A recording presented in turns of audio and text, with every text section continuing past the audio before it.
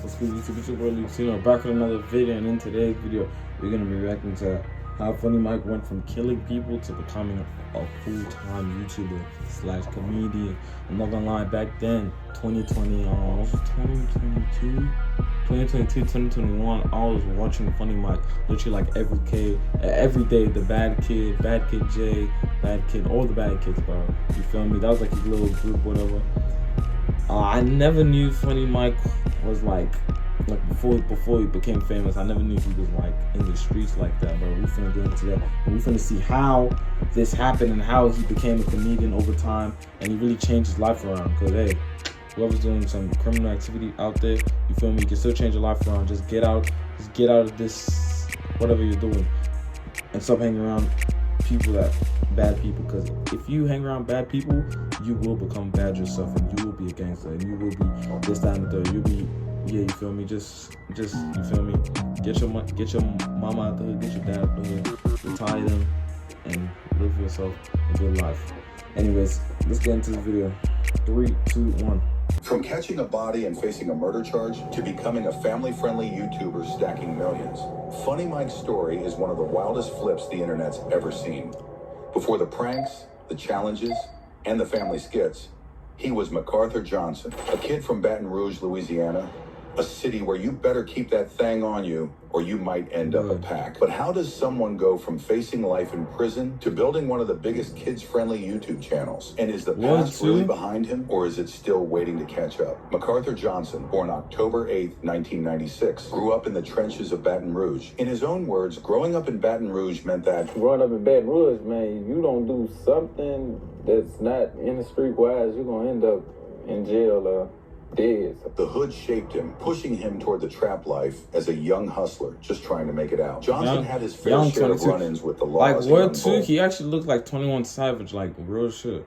Like, just look at him. Like, Funny Mike actually looks like 21 Savage. He caught some cases and spent time in juvie for throwing hands and other charges he's been reluctant to speak on. In his Vlad TV interview, he mentioned that he would always burn it out, meaning he'd beat those cases quick and never had to do a long bid. Like, how much time do you think you spent in juvenile altogether? Oh, juvenile? I ain't spent that long in juvenile. I had burned it out. Like many young men looking for a way out of their circumstances, Johnson turned to music. Baton Rouge has a rich hip-hop history, with artists like Boosie being major influences on the youth there. In fact, Johnson has stated that Boosie was his biggest influence growing up, saying he was listening to Boosie before Kevin Gates. Before finding success, Johnson went through a series of different personas and names, trying to find what would stick. He went by Lit Mac on the track, LukeZno, on the track, and Girl Be Funny. I remember back then when I was a little nigga, I remember back then, like, I swear everyone used to do this. Like, back then, you always wanted to be like a rapper, and you wanted to be like a Lil Luke, LukeZno. Like, you always wanted to add that Lil at the start of your name, because I don't know what the fuck, I don't know how that came about. Like, I don't know how, why people start to put Lil at the start of their rap name, like Lil Pump, Lil Gucci, Lil Ski Mask. I don't know why niggas is doing Lil. Like, are you little or some shit? Like, I don't know why people do that. It was just like such like a big like rap name. Like, niggas wanted to put Lil at the start of their name. I don't know why though. Like, I look, you don't know until this day. And Lit Mac. It's kind of weird. On the track. Lit Mac on the track. Lil Mac on the track. Yeah, see, that was my first. Lil Mac on the track. Slap them hoes down, for real. But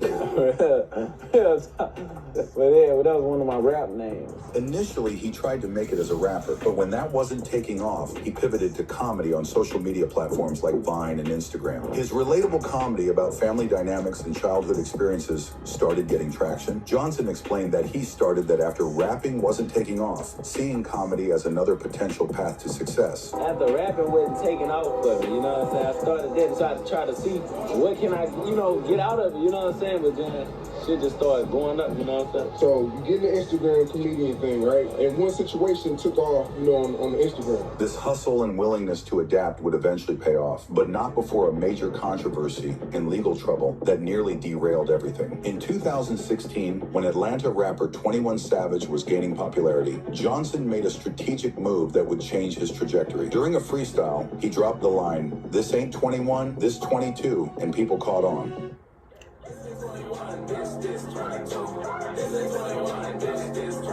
What does he mean by that though? Seeing the reaction, he decided to adopt the persona of 22 Savage, a clear parody of 21 Savage. Yeah, it was just a freestyle with the woo. And how did the freestyle go? You But know, he looks like 21 Savage, like real shit. 22. We're Look like twins. You know, and then everybody just fuck with it. Johnson released a song called Jumpin' as 22 Savage, which quickly gained traction. The audio alone was racking up thousands of plays within hours, and when he dropped the video, it exploded, reaching millions of views. When you put out Jumpin', 22 you put out Savage. Savage. Yeah, it did numbers like overnight. Like it was doing numbers like the first hour it did 5,000. Like through the week, shit, it was like 50,000. So I'm knowing it's doing something. So that's why I was like, yeah, we got to do a visual to it. Visual out, and it just popped off. The 22nd Savage character wasn't just a name. Johnson adopted a similar look and flow to 21 Savage, stretching his words in a similar cadence. When asked if this was intentional, Johnson kept it a buck and admitted, yeah, that was done on purpose, just trying to fuck with him. He was straight trolling. Do you think that anything was really going to pop off, or this was just another, like... Nah, well, really, I didn't really think it was going to be big as what it is, but I knew it was just going to do plays and shit, but I didn't really think it was going to be big as what it was. But then you kind of look like 21 Savage a little bit. That's what they say. The music industry and internet took notice. Blog posts started appearing about this 22 Savage character, and the controversy only fueled Johnson's growing fame. Many compared him to other artists who had found success through controversial imitation, like Young Thug with his Barter 6, playing off Lil Wayne's Carter series. What started as a parody soon escalated into a real beef. 21 Savage responded during a performance saying,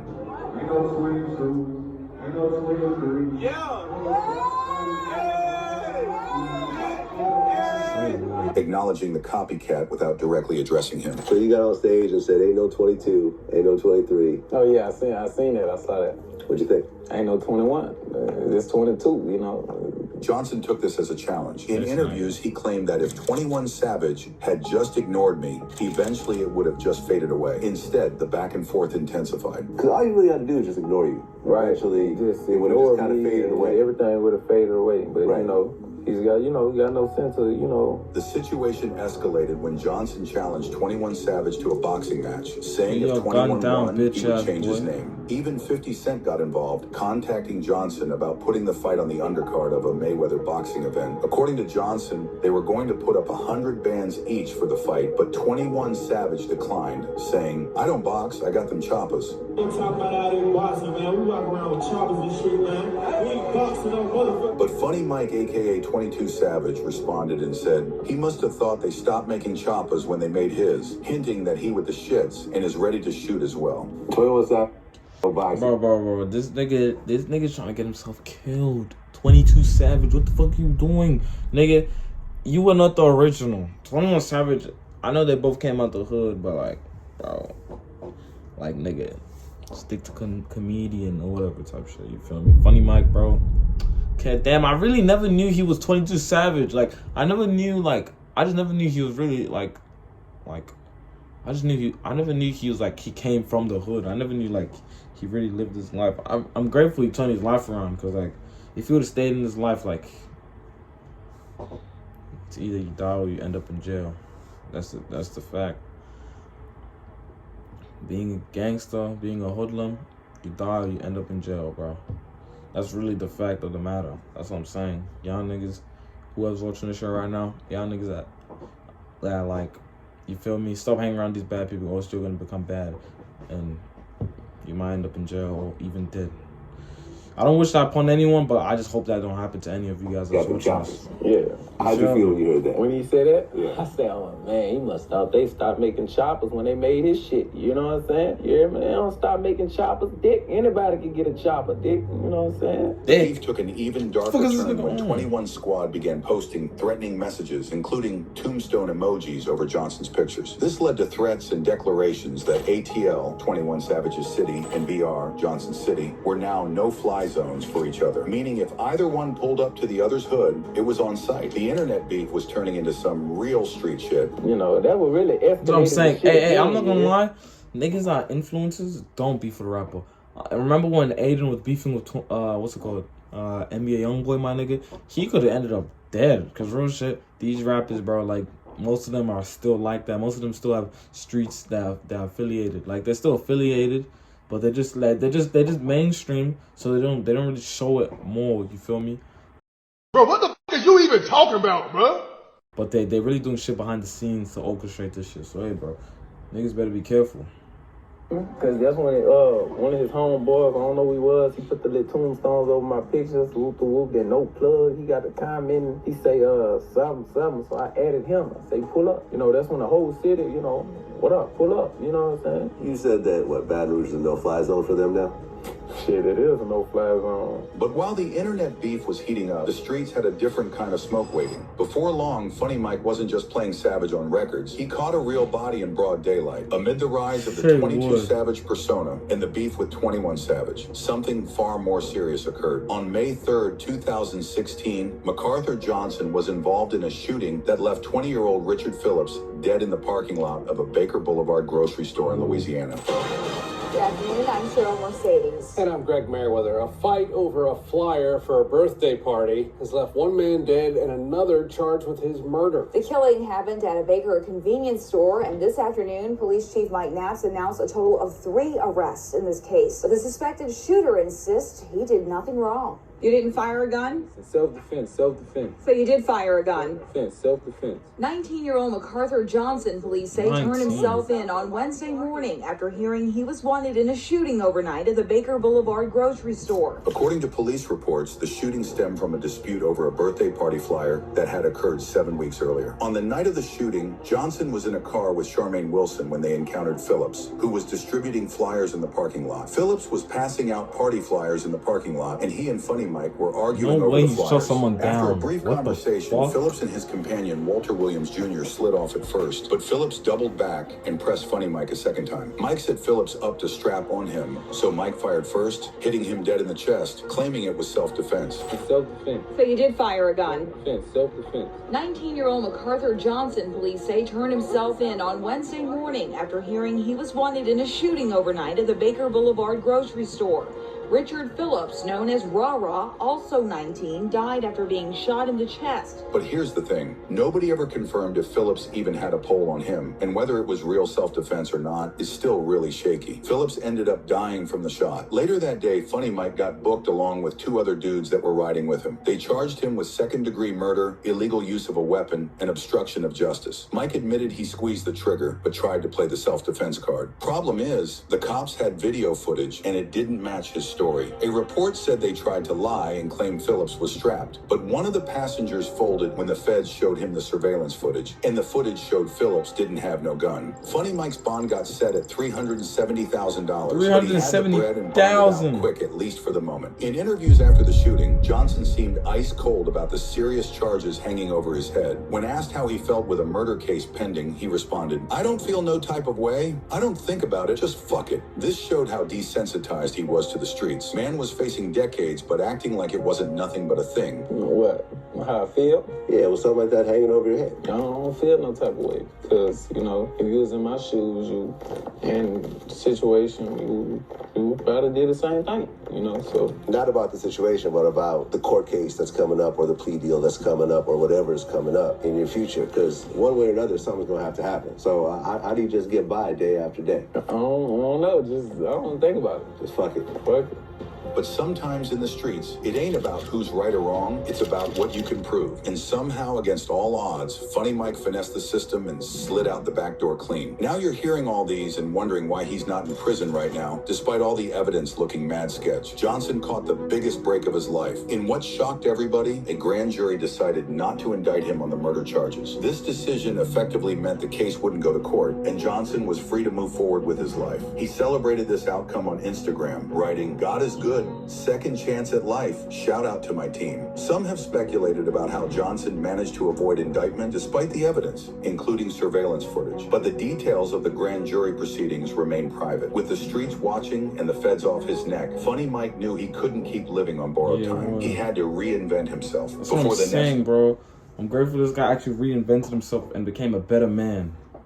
Or courtroom From took him out 22 good. Savage Following his to legal Funny troubles Mike. and the 22 Savage controversy, Johnson knew he needed to switch up his whole vibe. He eventually shelved the 22 Savage persona and fully embraced his new identity, Funny Mike. This wasn't actually a new wave, but rather a return to his comedic roots. Before the 22nd Savage character, he had already been building a following with comedy content. As 21 Savage explained in interviews, the comedy shit was working, so I guess he just went back to it. Did you convince him to drop the whole 22 Savage thing? I think he did that on his own, really. I ain't never asked him to stop, but he DM'd me like back then and apologized though, like way back then. Not on no pussy shit, like on some man shit. Yeah, he said some shit. He just stopped doing it. But he was a comedian before the 22 shit, and it was working for him. The comedy shit was working. So I guess he just went back to it. In 2016, he created his YouTube channel And they and need to began collab. focusing on comedy skits, pranks, and lifestyle content. His authentic personality and humor resonated with audiences, and his channel grew rapidly. Johnson's content evolved over time, becoming more family-friendly as he himself matured and started a family. He began dating Jalea Monet, whom he met through social media, and the couple now have 2 children, a daughter named London, born in February 2019, and a son named MacArthur Johnson Jr., born in July 2020. Today, Funny Mike has built a straight-up media empire. His main YouTube channel is pushing over 6 million subscribers, and he runs additional channels including Funny Mike Gaming, Funny Mike Skits, and the MJ Family channel with his girl Jalea, which has over 3 million subscribers by itself. His content now is all about pranks, challenges, and family vlogs, a complete 180 from his days as 22 Savage or his trouble with the law. He's estimated to be worth about 3 M's, all made legitimately through his social media hustle. That's according to Google, but I think he's worth 10 times that, as he's acquired most of his wealth from crypto investments. A coin called Doge is what made him all these millions. Beyond YouTube, Johnson has kept dropping music under his Funny Mike persona, with tracks like DD3X, Small Wee Wee, and Monsters Under My Bed, showing a more lighthearted approach than his 22 Savage days. Johnson has also been giving back to the hood, organizing bike giveaways for kids in Baton Rouge who ain't got much, especially around Christmas time. He's spoken on the importance of putting on for your city, noting that many children don't get nothing for Christmas because their family can't afford it. A key part of Johnson's story this guy's is his really connection a to hero another of the Baton Rouge hood. rapper who blew up, NBA YoungBoy, Kentrell Deshaun Golden. These two came up in the same trenches of Baton Rouge, both trying to make it out by any means. YoungBoy has shouted out Funny Mike in his music, with bars suggesting people mistakenly thought Funny Mike was soft when he was really about that life.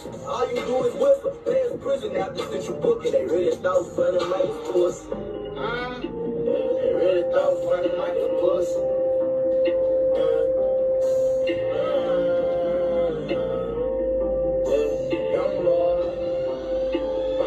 This co-sign from one of the hottest rappers in the game adds another layer to Johnson's complex story and street credibility. Funny Mike's journey from the trenches of Baton Rouge to YouTube stardom is a story of transformation, second chances, and reinvention, straight up. While his past includes catching a body and controversial beef, he finessed his way into building a successful career as an entertainer. Today, the man once charged with murder creates content that millions of families watch daily. He really He's changed. a father, entrepreneur, and content creator who's apparently left his troubled past behind. He really beat the system and changed his life around. His story raises mad questions about redemption, the justice system, and how people can switch up their whole lives. It also highlights the unique opportunities that platforms like YouTube provide for renovation and reaching audiences directly without traditional gatekeepers. Love him or hate him, Funny Mike's story shows that no matter how deep in the game you might be, there's always a chance to flip the script. And there's always a way out. Holy, bro, that's actually like, that would be a great documentary, like, to go on Netflix. I'm gonna keep it a buck. Like, when Funny Mike retires and shit, or whatever, like, he retires, he should low-key, that would be a great documentary. Like imagine he made this shit like a movie documentary type shit, bro. I'm gonna keep it a buck. Funny Mike changed his life from a hoodlum to being a comedian and changing his life around, not trying to be a gangster, not trying to be about that life anymore, even though he did kill someone. But like, damn, like this is really a story. This is a story for all them young people that are still living in like bad environments, who still hang around bad people, gangsters, or whatever type shit. Like this is this is really like a reminder to y'all, like you guys can change your life around and shit. And if you guys like the video, make sure to go like this video, subscribe, watch my last video, and go watch my next video. Peace.